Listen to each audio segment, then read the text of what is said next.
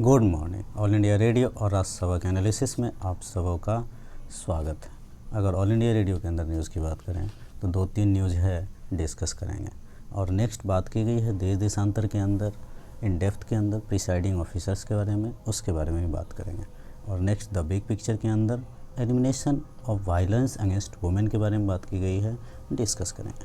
तो चलिए discussion start करते हैं। पहली न्यूज़ जो है हमारे पास, यहाँ पर आप देखो, कभी कभी खुद से बात करो, कभी कभी खुद से बात करो, कभी खुद से बोलो, खुद से बात करो, खुद से बोलो, अपनी नज़र में तुम क्या हो, अपनी नज़र में तुम क्या हो, ये मन के तराजू पर तौलो। एक लाइन है, प्रधानमंत्री मोदी जी ने बोला, शायद ऐसे बैकग्राउंड में कहीं आप यूज़ कर पाओ, अच्छा लगा, बता दिया। यहाँ पर और कुछ बात की गई है क्या, एक सेकेंड, हाँ वही सम्मेलन विधायिका कार्यपालिका न्यायपालिका सौहार्दपूर्ण गतिशील हो, वही बातें की गई हैं। आज संविधान दिवस था, यहाँ कल की न्यूज़ है ये, तो आज का हिसाब से आप मान के चलो यहाँ संविधान दिवस था। और 26 नवंबर 1949 को संविधान सभा ने वर्तमान संविधान को विधिवत रूप से अंगीकार किया और 26 जनवरी 1950 को इसको लागू किया। संविधान दिवस 2015 से मनाया जा रहा है। 71वें संविधान दिवस के वेबसाइट और यूट्यूब चैनल पर संविधान विशेष नहीं, ये कुछ नहीं है, यहाँ कुछ भी नहीं है। और यहाँ पर कुछ है क्या, यहाँ पर प्रगति, इसलिए इसको स्क्रीनशॉट लिया था। यहाँ पर क्या है, prime minister Narendra Modi chaired Pragati meeting today, it mark prime minister third interaction. यहाँ पर प्रगति का फुल फॉर्म आपको पता हो तो सब समझ में आ जाएगा। Proactive governance and timely implementation, proactive पहले से, governance and timely implementation involving central and state governments, बस यही इम्पोर्टेंट है, बाकी चेयर्ड हुई है और कुछ खास नहीं है। यहाँ पर इसमें एक बात दी गई है, बस रिकॉलिंग है, आपको पता है ये चीज़ें।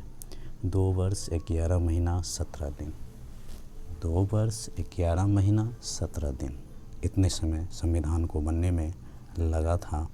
और यहाँ पर बस एक बार और रिकॉल है, समाजवादी, धर्मनिरपेक्ष, लोकतांत्रिक, प्रभुसत्ता संपन्न, नागरिकों के लिए न्याय, समानता, स्वतंत्रता, भाईचारे को बढ़ावा देने की वचनबद्धता की बात की गई थी। सबसे लंबा लिखित संविधान है, ये सब बातें आपको पता है।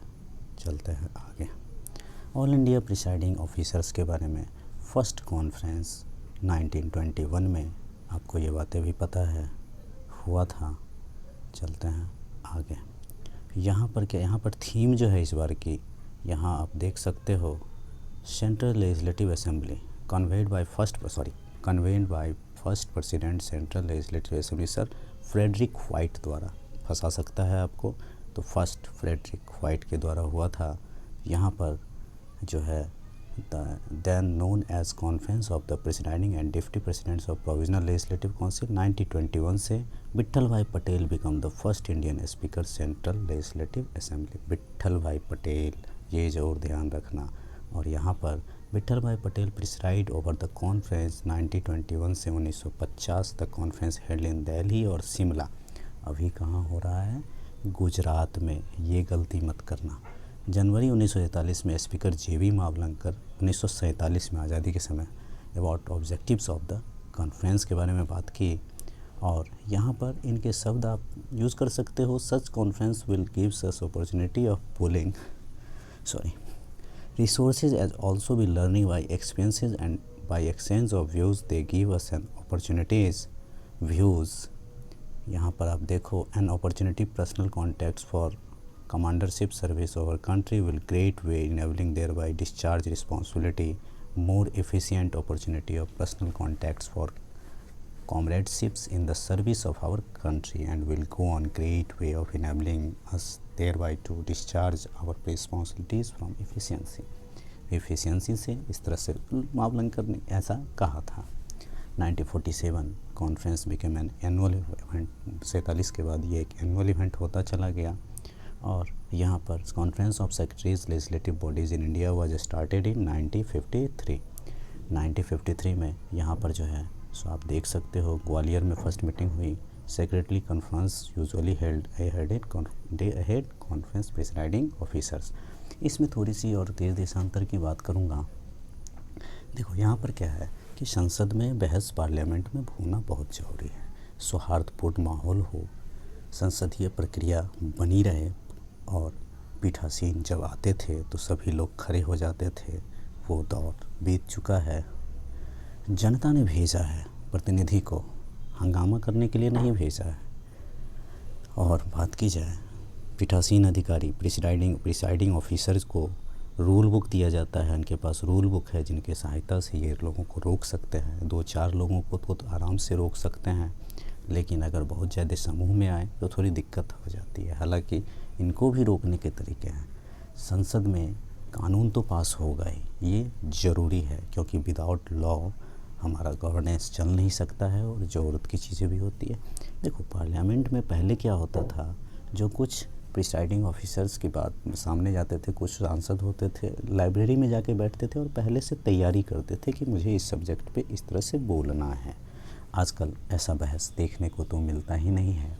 जो सांसद है वो विज़न लेकर के वहाँ से आए। एक तरह से प्रिसाइडिंग ऑफिसर एक क्लासमेट की तरह होता है। क्लासमेट नहीं, क्लास मॉनिटर की तरह होता है। राजनयिक कुशलता भी ज़रूरी है। पक्षपात ना करे प्रिसाइडिंग ऑफिसर। देश के हित की जिम्मेदारी होती है बहुत बड़ी इनके ऊपर। लोकतंत्र तभी मजबूत होगा जब जागरूकता बढ़ेगी और हम पढ़े लिखे लोगों को सांसद में भेजेंगे, हम अच्छे प्रतिनिधि चुनकर।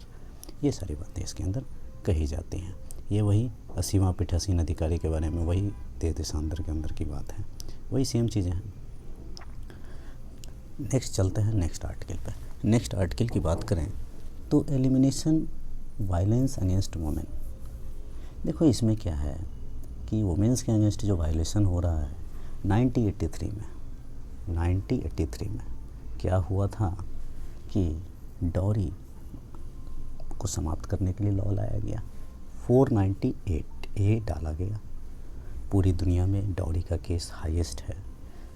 बच्ची का जन्म होता है हर घर में, तो हर साल उनके बर्थडे पे एक हार दिया जाता है ताकि डॉरी के लिए जमा किया जा सके। ये हर घर की समस्या है, पूरे भारत की समस्या है। 4 लाख के आसपास केस हैं, लेकिन 30 से 40% के आसपास तो रजिस्टर ही नहीं होते हैं। पराया धन है। हालांकि 2013 में स्टॉकिंग को ऐड किया गया था। अब लेकिन कुछ कानून बना है जिसमें पुलिस अगर एफआईआर दर्ज नहीं करती है तो 6 महीने की सज़ा हो सकती है, लेकिन आज तक किसी को सज़ा हुआ ही नहीं है। मिसयूज होता है पावर का। उन्नाव का केस देख लो, हाथरस का केस देख लो, क्या सज़ा हुई। या फिर आप निर्भया कांड का केस देख लो, कितना समय लग गया, 12, 8, 20, 7-8 साल लग गए उसे सज़ा होने में। शिक्षा बहुत ज़रूरी है। अगर शिक्षा दिया जाए तो वुमेन्स को आगे बढ़ाया जा सकता है, लेकिन आजकल शिक्षा भी सही दिशा में होनी चाहिए, क्योंकि कभी कभार क्या होता है, शिक्षा तो वुमेन्स को मिलता है, बॉयज़ को भी मिलता है, लेकिन भटकाव भी बहुत होता है। भटकाव इन द सेंस पेरेंट्स को ध्यान देना चाहिए। हम अगर घर से बच्चों को बाहर भेज रहे हैं तो वो क्या कर रहे हैं, कहाँ जा रहे हैं, पढ़ाई कर रहे हैं, नहीं कर रहे हैं। पेरेंट्स की रिस्पॉन्सिबिलिटी होती है दोनों केस में, चाहे बॉयज़ हो चाहे गर्ल्स हो। हमारा सोसाइटी बहुत आगे जा रहा है। बहुत सारी चीज़ें ऐसी हैं जो पॉजिटिव भी आती हैं, नेगेटिव भी आती हैं, जिसको सिचुएशन के अनुसार हैंडल करना होता है। तो आज हमने इतनी सारी बातें देखी। आज के डिस्कशन में इतना ही था। Thank you.